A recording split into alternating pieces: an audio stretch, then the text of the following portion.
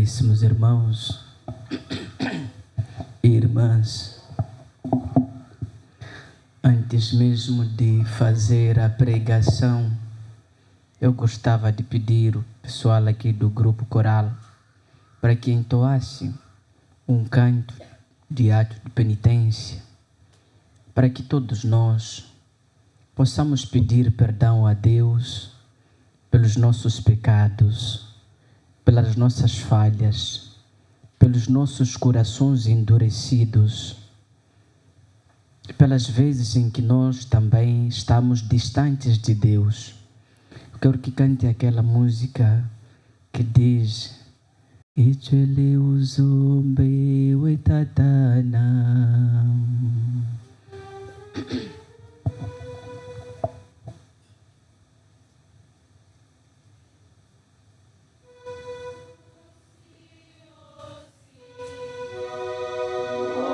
Si tata ichele uzombe wetatana.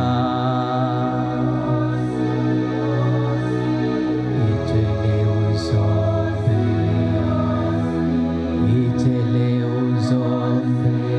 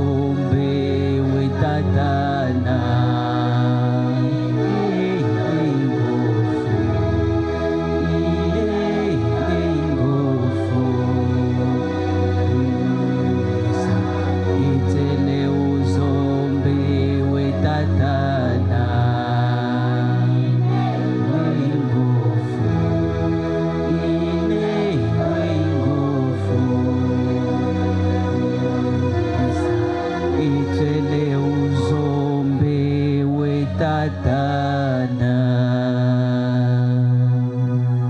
Quero desejar boas-vindas a todos os irmãos e todas as irmãs que estão aqui nesta hora, neste dia tão sagrado.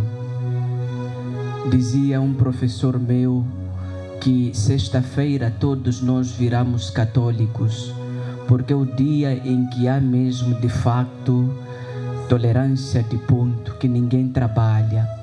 E aí nós entendemos que é um dia grande hoje. Hoje é dia grande porque o nosso Senhor Jesus Cristo, Ele decide se entregar à morte, mesmo sem pecado, para nos resgatar, porque nós já estávamos entregues ao reino do maligno por conta da nossa desobediência. Isto que nós estamos a celebrar hoje vem de longe, desde que Deus criou a humanidade. Deus criou o mundo e colocou Adão e Eva e deu algumas instruções. Pediu que Adão e Eva fossem obedientes, mas por conta da nossa natureza pecaminosa, por conta das nossas fragilidades, Adão e Eva caiu no pecado.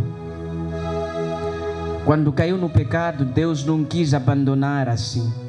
Ele começou a enviar alguns homens que pudessem resgatar aqueles que estavam no pecado. A história da salvação, ela diz que primeiro Deus envia os patriarcas. Então você conhece a história de Abraão. Deus enviou Abraão. Depois Deus enviou outros. Deus fez aliança com o povo. Deus levantou Noé e Noé fez a arca da aliança. Deus enviou profetas que falaram sobre nós. Os profetas pediram que nós nos arrependêssemos, mas a gente não se arrependeu. Deus usou todos os meios que estavam à sua disposição para a nossa salvação, mas mesmo assim o nosso coração continuava duro. Mesmo assim, nós continuávamos no nosso egoísmo, continuávamos nós nos nossos desejos mundanos, continuávamos no pecado. Então, Deus tinha tudo para nos abandonar, para desistir de nós. É aqui onde nós precisamos encontrar a primeira lição dessa história. Deus tinha tudo para nos abandonar, para desistir de nós. Quantas pessoas aqui onde nós estamos já desistiram de algumas realidades que consideram ser difíceis? Há pessoas que começaram o seu curso na faculdade, mas por conta de algumas dificuldades acabaram desistindo.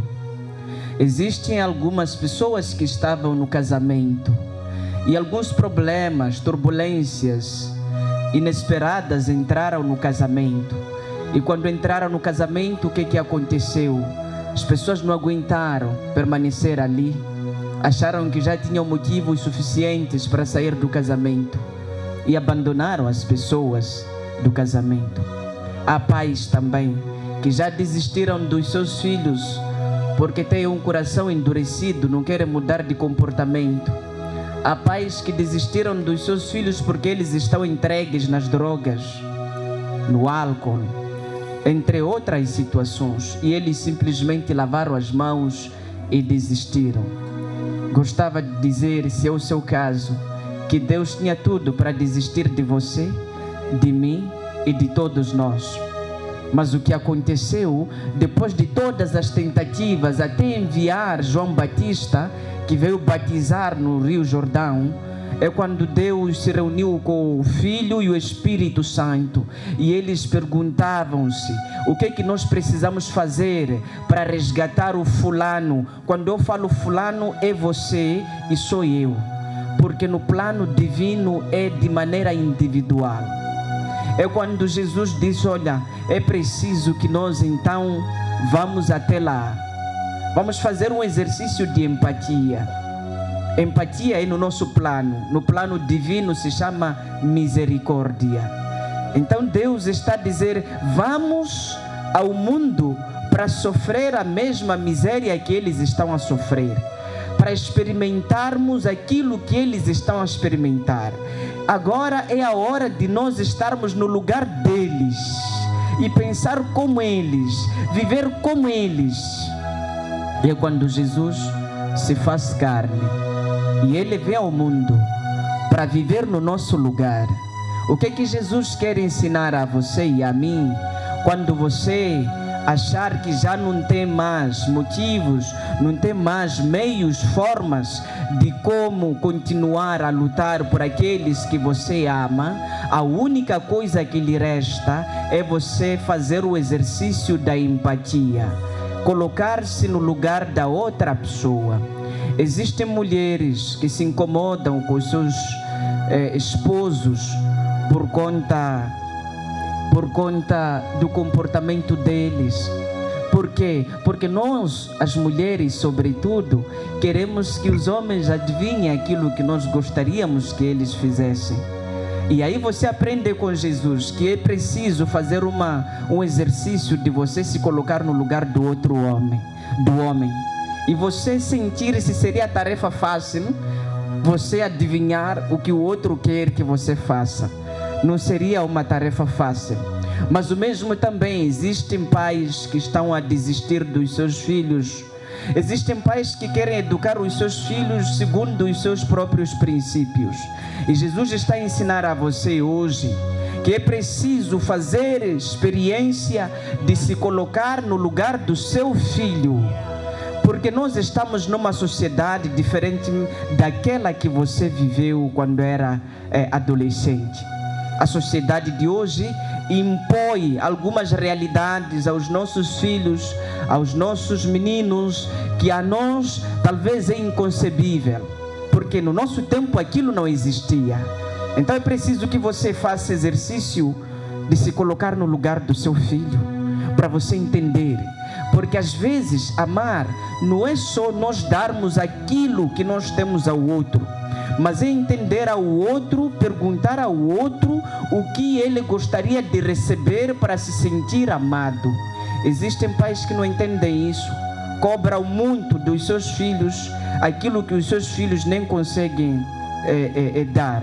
E às vezes nós começamos a agredir verbalmente, a agredir fisicamente os nossos filhos, porque eles não se adequam ao comportamento que nós já definimos como padrão para os nossos filhos. Aí você precisa aprender com Jesus, porque nós também éramos filhos e Deus era Deus. Mas o que aconteceu? Por conta da dureza do nosso coração, o próprio Deus quis deixar todas as vantagens de ser Deus para vir se fazer homem, viver a nossa realidade e abraçar todas as desvantagens de ser homem. Isso entra nas alegrias e nas tristezas. Por isso que quando Jesus estava aqui, nós precisamos ver Jesus como 100% Deus e 100% homem. E por conta disso, a parte da sua natureza divina, às vezes lhe dava vantagens. Quando Jesus transformava a água em vinho, quando multiplicava os pães, quando curava o paralítico, quando restituía a vista ao cego, ali se manifestava a natureza divina de Deus, de Jesus.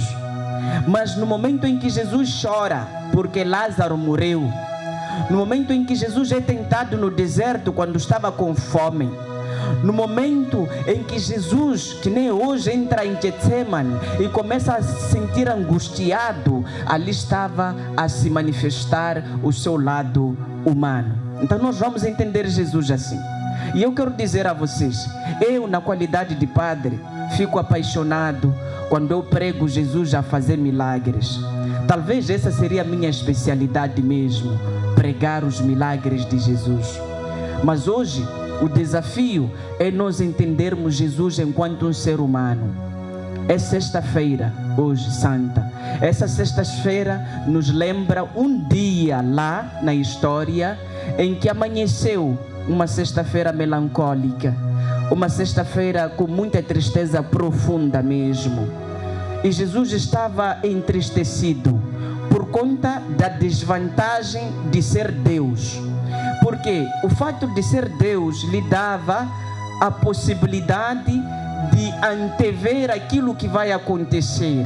Então Jesus já sabia como ele iria morrer. Jesus já sabia que iria lhe trair.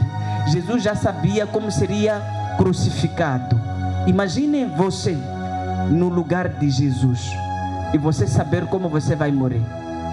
Talvez você vai ser atropelado e você saber que vai ser atropelado no dia X.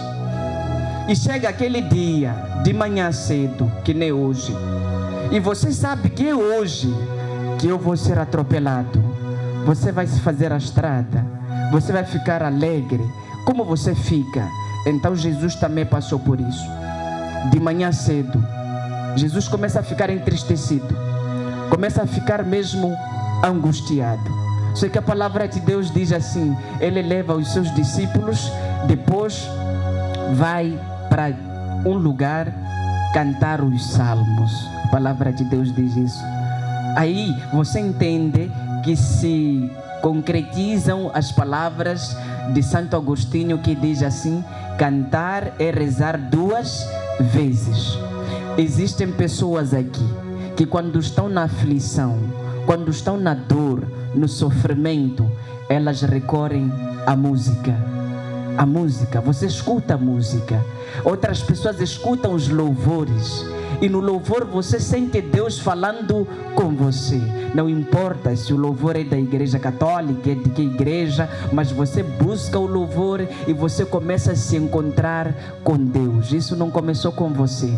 Jesus também, no Getsemane, estava a cantar salmos, estava a falar com Deus. Os pagãos, quando estão entristecidos, quando estão a passar por uma angústia, eles recorrem ou à cerveja ou ao vinho. E eles tomam para esquecer um pouco o sofrimento. Mas a você e a mim, Jesus está nos ensinar que é preciso orar. É preciso você falar com Deus, apresentar a Ele o seu problema. Jesus, quando estava ali com os discípulos, angustiado, Ele começa a reparar nos olhos de Pedro, de Tiago, de Filipe, de André. Ele tem a tentação de querer desabafar com eles, dizer a eles que, olha, é hoje que eu vou morrer, eu estou triste. Mas Jesus vê que os discípulos não estavam preparados e não tinham capacidade suficiente para digerir aquela mensagem da sua morte. Jesus prefere manter-se em silêncio.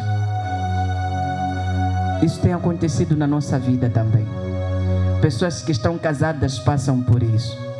Há vezes que a tristeza bate à porta do nosso casamento, a briga encontra o seu lugar. Nós começamos a brigar, o esposo e a esposa. As tantas é porque aconteceu algum problema grave e chegamos a uma decisão até de dar um tempo, cada um estar numa casa diferente, ou então não se falar estando na mesma casa. Aí os filhos estão a notar um comportamento estranho dos seus pais. As tantas têm coragem de perguntar o que é que se passa. Mas o pai, a mãe, por saber que os meninos ainda não têm capacidades de digerir a informação, a discórdia, o momento que a gente está a viver, a gente prefere poupar. E assim também fez Jesus. Só que existe uma coisa que a Bíblia fala. Jesus leva os 11, porque Judas já não estava ali. E chega num lugar e ele pede para os seus discípulos: ficai aqui, vigiai e orai comigo. Entenda que teve um momento na Bíblia em que são os discípulos a pedirem que Jesus ensine a eles a orarem. Porque eles haviam visto os discípulos de João, depois ficaram com ciúmes. E eles pediram: nós queremos aprender a orar, assim como João Batista ensinou os seus. E Jesus ensinou. Só que naquela sexta-feira, foi Jesus a pedir que aqueles ali orassem com Ele, vigiassem com Ele. Só que apesar disso, Jesus retira Pedro, Tiago e João. E ele afasta mais um pouco para ir orar. E ele pede a esses 3 para orarem com Jesus. Eu fiquei com muita inveja desses 3. Porque em todos os lugares em que Jesus ia, lugares derradeiros, levava Pedro, Tiago e João. Quando Jesus foi ressuscitar a filha de Jairo, Tiago, João e Pedro estavam lá. Quando Jesus estava no Monte Tabor para a transfiguração, Pedro, Tiago e João estavam ali. Então, em tudo que Jesus fazia, na pesca milagrosa, Pedro, Tiago, João, e naquele dia também, o que eu quero aprender com essa mensagem? Existem alguns problemas, algumas aflições que acontecem na nossa vida, que não precisa que seja todo mundo a saber. Nem todos os nossos amigos precisam saber daquilo que acontece conosco. Mas existem os mais íntimos, aqueles que nós temos a certeza que quando nós formos a contar os nossos problemas, não vão usar os nossos problemas, os nossos segredos para nos chantagearem. Porque existem pessoas que nós contamos os nossos segredos e começam a usar os mesmos contra nós. Começam a nos fazer reféns dos segredos que nós contamos. Então entenda no círculo das suas amizades. Veja quem é Pedro, quem é Tiago e quem é João. Os outros, conta a eles como os 8 discípulos que Jesus deixou do outro lado. Porque na nossa intimidade, somente os amigos íntimos é que têm acesso. Porque outras pessoas que nós chamamos de amigos, não são nossos amigos. São que nem Judas. Estão à procura de encontrar acesso para nos vender a 30 moedas de prata. Então, amigos e amigas, Revejam, reflitam, repensem de que amizade vocês têm e que pessoas vocês estão a contar com elas. Jesus deixa os três, depois segue para ele orar. Quando Jesus está a orar, volta, encontra os três a dormirem. Jesus fica decepcionado, porque os seus discípulos que deveriam estar com ele estão a dormir, aqueles dos quais ele havia confiado. Preciso dizer para você que existem alguns problemas, existem algumas realidades na sua vida que as pessoas mais íntimas não estarão aí consigo para sofrer a mesma dor consigo. Até familiares vão te abandonar quando você precisar. Mas isso não começou com você. Isso começou com Jesus Cristo. Porque aqueles que eram mais íntimos de quem ele esperava que estariam a vigiar com ele, não estavam aí. Já estavam no sono. Talvez já aconteceu na sua casa. Enquanto outros que partilham o mesmo teto consigo estão a dormir, você está com insônia a sofrer à noite. Já aconteceu que os outros estão num sono profundo e você está com medo de trovoada. Você está ali porque não consegue dormir. Ou então você está enfrentando aquela luta que se chama paralisia noturna. Quando um feiticeiro te visita, começa a lutar consigo, te aperta o pescoço, você só está sozinho, mas os outros não estão ali. Você precisa entender que isso não aconteceu só com você, mesmo Jesus. E Jesus fica angustiado, começa a chorar. Jesus vai dizer para o pai dele: Pai, se possível, afasta de mim este cálice. Quer dizer, ali estava o lado humano de Jesus. Jesus sofreu a ponto de dizer: não, eu não sei o que aconteceu quando eu decidi que quero viver a realidade dos seres humanos, porque a realidade é dura, começando mesmo pela traição. Ele foi traído por uma pessoa que estava do seu lado, por alguém que ele investiu muito sobre ela, alguém que ele amou. Ele deu tudo para ressignificar a vida e a história de Judas, mas foi Judas que veio entregar a Jesus. E Jesus queria também ensinar a nós que só traição vai ser traição quando for uma pessoa que nós amamos, quando for uma pessoa de quem nós não esperávamos o contrário. Caso contrário, não seria decepção, não seria traição. Então você precisa aprender que nada começou com você. Então Jesus diz: não, eu não quero passar por isso. Já tentei, até aqui já basta. Existem também aqui alguns pais que sabem que a vida é dura. As mulheres talvez não entendam, na sua maioria, não todas, na sua maioria, porque as mulheres só querem que o homem seja provedor, mas você não sabe o que o homem deve fazer para garantir o pão lá em casa. O homem passa por humilhações, por sofrimento, por dor, para garantir alguma coisa boa para sua esposa. Como se não bastasse, pode ocorrer o caso também da própria esposa lhe trair, como aconteceu com Judas. Há momentos em que os homens querem desistir. Aliás, alguns já estão a desistir. Vocês já estão a ver aí alguns homens a dizerem que eu nasci mulher no corpo de homem. Então eles já não querem viver como homens. Já começam: são homens, é porque ser homem é difícil. E também não é por acaso que eu me fiz padre. Ser homem não é fácil. Então, mas há aqueles mais fortes que depois de tentar, quererem fugir, eles olham para trás, começam a ver a filha de fulano que ele lobolou, começa a ver também os seus próprios filhos, e ele começa a dizer: pela minha esposa e pelos meus filhos eu vou dar mais um passo. Assim aconteceu com Jesus.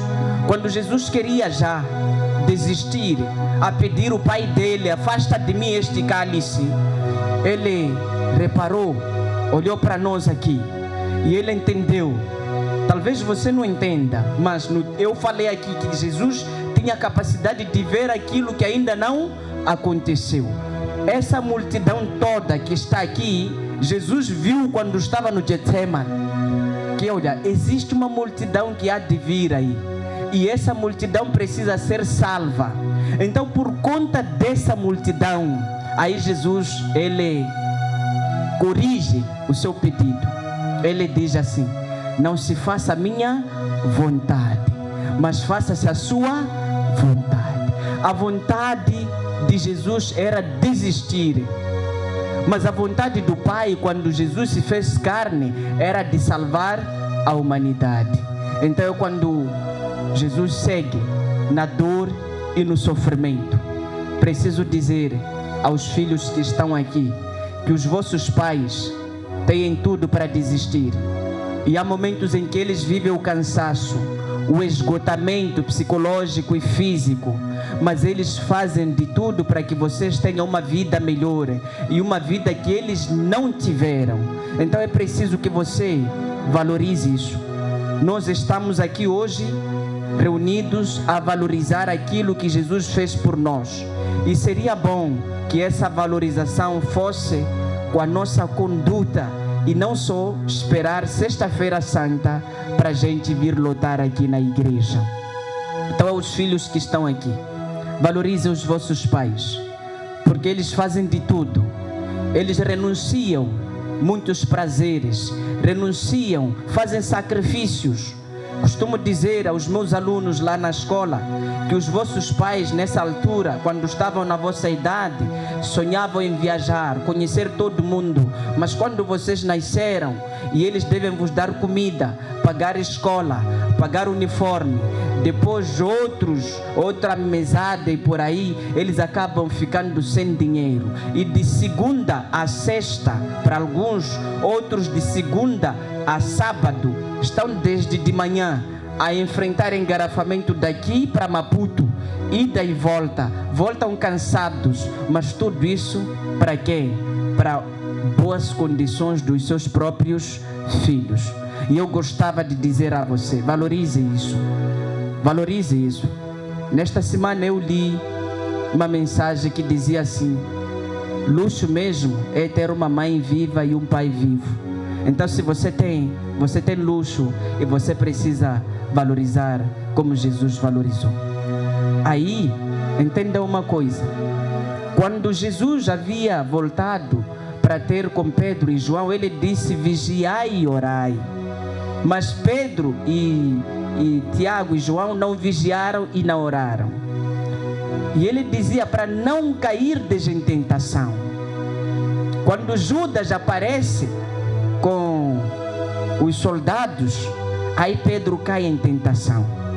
Aí Pedro tira a sua espada e ele corta a orelha de um soldado, porque na mente de Pedro, ele com a espada dele poderia proteger a Jesus. Então Pedro queria fazer justiça pelas próprias mãos, e Jesus repreende a Pedro que não é esse o caminho. E o que Jesus faz? Algo fantástico que nós ouvimos aqui. Jesus já estava ferido, só por saber de que ele vai morrer, mas mesmo assim ele cura a orelha do soldado. Jesus cura a ferida que não foi ele que causou. Existem pessoas que estão a causar-nos feridas. Existem pessoas que nos ferem, e quando nos ferem, nós nos damos o direito de ferir a outras pessoas. Nós nos damos o direito de não confiar quem quer que seja. Existem muitas mulheres aqui que foram decepcionadas por homens e acabaram dizendo que, olha, homem é tudo farinha do mesmo saco. E falam isso com boca cheia mesmo, de boca cheia. Mesmo quando o Frei estava a falar agora, repetiram, acompanharam. Porque homem é tudo farinha do mesmo saco. E incluem o padre que não decepcionou ninguém, só pelo simples fato de ser homem. Mas o que eu quero dizer a você? Talvez você foi ferido por um homem e por outro. Não pegue a sua ferida como uma desculpa para você machucar quem quer que seja. Não pegue a sua decepção para você desrespeitar quem quer que seja. Antes, pelo contrário, você precisa curar até aqueles que você não feriu, até aqueles que você nem sabe quem os feriu. porque é isso que significa ser bom samaritano. Se vocês conhecem a história do bom samaritano, aquele homem que foi ferido no caminho, passou um sacerdote ali, não ajudou. Depois passou um levita também, não ajudou. Mas quando estava a passar um senhor desconhecido, por isso só é chamado bom samaritano, ele não soube quem fez aquilo, ele simplesmente se responsabilizou em curar. Significa que todos nós aqui temos essa responsabilidade em curar feridas emocionais, feridas físicas, em consolar corações partidos. Essa é a nossa responsabilidade como cristão. Ninguém tem o direito de ferir a quem quer que seja. O que nós precisamos é curar as pessoas. E este Moçambique, neste mundo, está cheio de pessoas feridas. E nós precisamos ser bálsamo na vida dessas pessoas. Precisamos curar a essas pessoas. E aqui diz também que no caminho para o Calvário, aí encontraram um certo sireneu. É ali onde nós africanos entramos nessa história da morte de Jesus. Os outros povos, como vocês ouviram, os judeus, os romanos, entre outros, crucificaram Jesus. Mas pelo caminho encontraram um sireneu. Aquele sireneu era africano. Tenho orgulho de dizer isso. Quando eu estava a estudar teologia e eu descobri que aquele era africano, eu fiquei feliz da vida. Mas por quê? Pela atitude. Enquanto outros traíram a Jesus, enquanto outros chicotearam a Jesus, o africano foi ali para fazer o quê? Para ajudar Jesus a carregar a sua cruz. Quero dizer para você, não importa a situação em que você está passando nesta vida, mas Jesus vai enviar sempre um sireneu para te ajudar a carregar a sua cruz. Sireneu é aquele amigo, é aquela amiga que você vai buscar e você vai desabafar os seus problemas e você vai pedir conselhos e ele vai te dar conselho com prontidão. Mas olha, muito mais de nós encontrarmos sireneus nessa vida, o melhor que se espera para um cristão, sobretudo um católico, é que você seja o sireneu na vida dos outros, o que tem sido difícil para nós. Estou a terminar. Neste texto aqui, falam que Pilatos não tinha encontrado nenhum motivo para condenar Jesus. Não tinha. Mas ele, por medo dos judeus que estavam ali, ele, por medo de perder o seu poder, ele acabou fazendo o quê?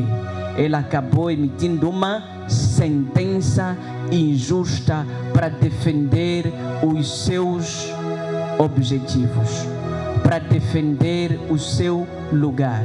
E eu preciso dizer a você que ainda nós temos Pilatos aqui na nossa vida.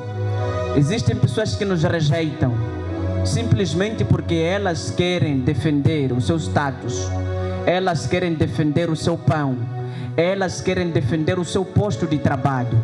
E por conta disso, elas acabam cometendo injustiças e barbaridades só porque elas não podem perder o seu trabalho. Isso não começou aqui, até Pilatos fez naquela época.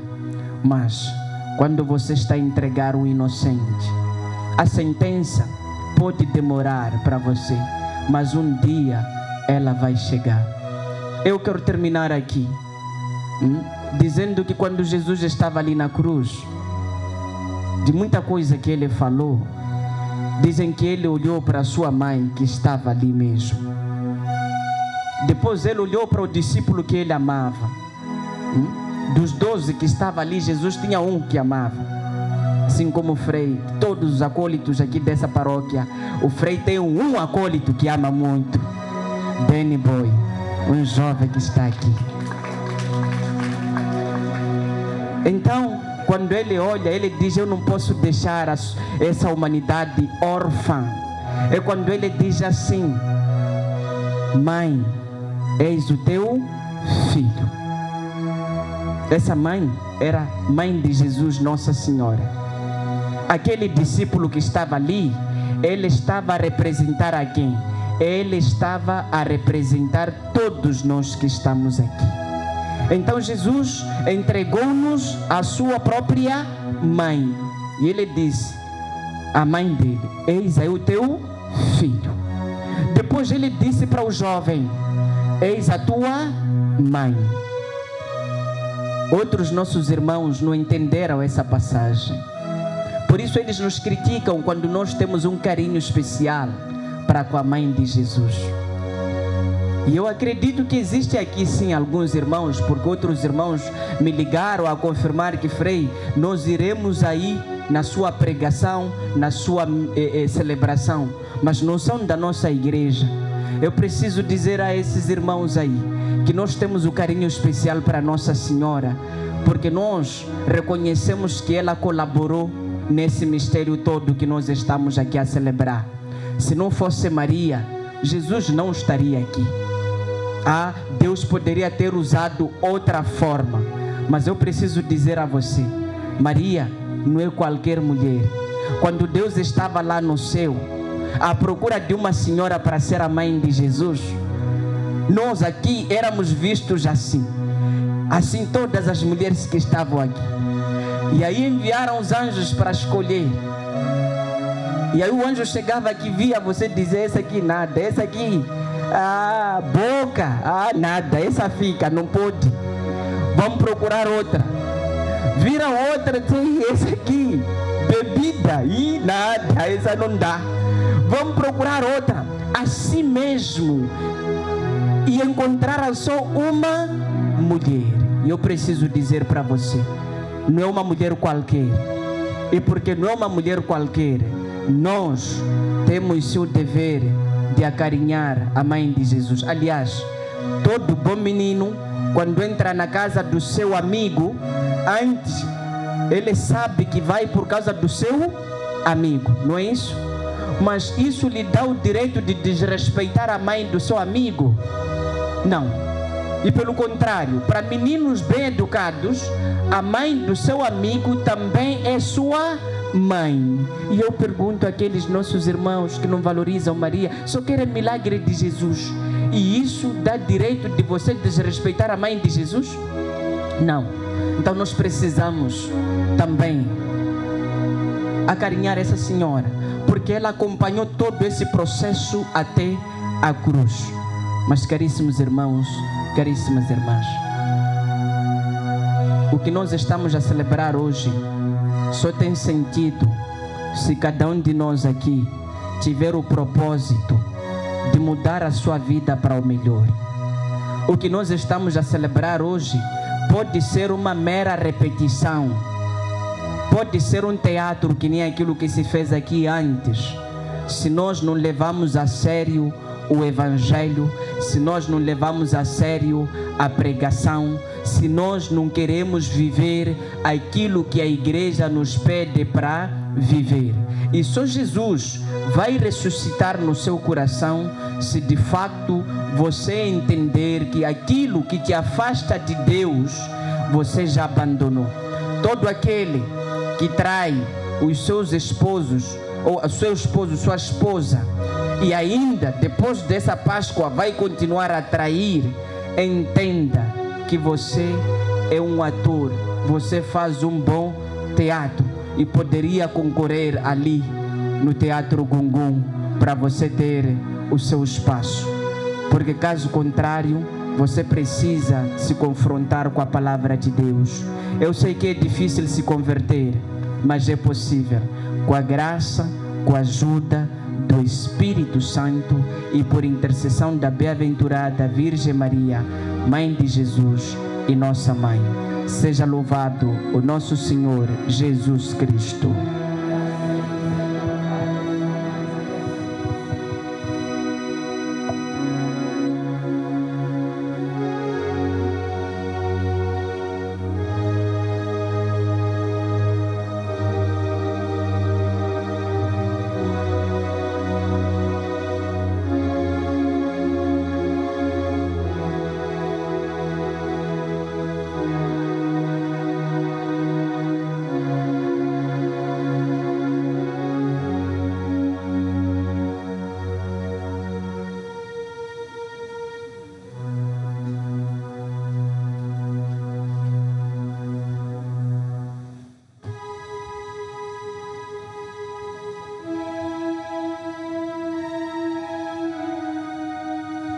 Neste momento nós vamos fazer as nossas preces.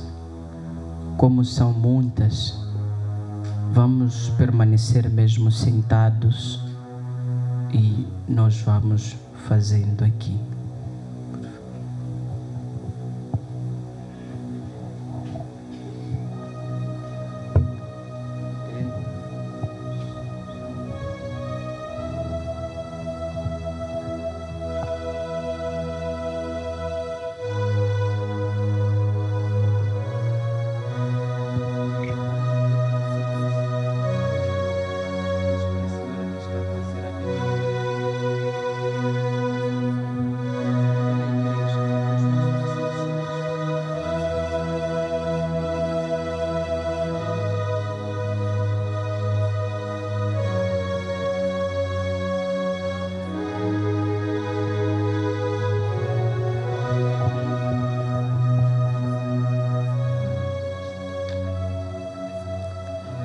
Pela Santa Igreja, oremos.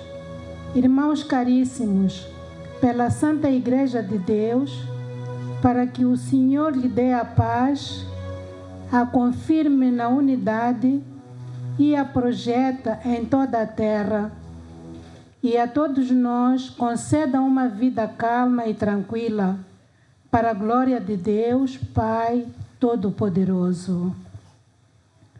Deus eterno e onipotente, que em Jesus Cristo revelastes a vossa glória a todos os povos da terra, protegei a obra da vossa misericórdia, para que a Igreja dispersa por todo o mundo persevere firme na fé, para dar testemunho do vosso nome. Por nosso Senhor Jesus Cristo, vosso Filho, Deus convosco, na unidade do Espírito Santo. Amém.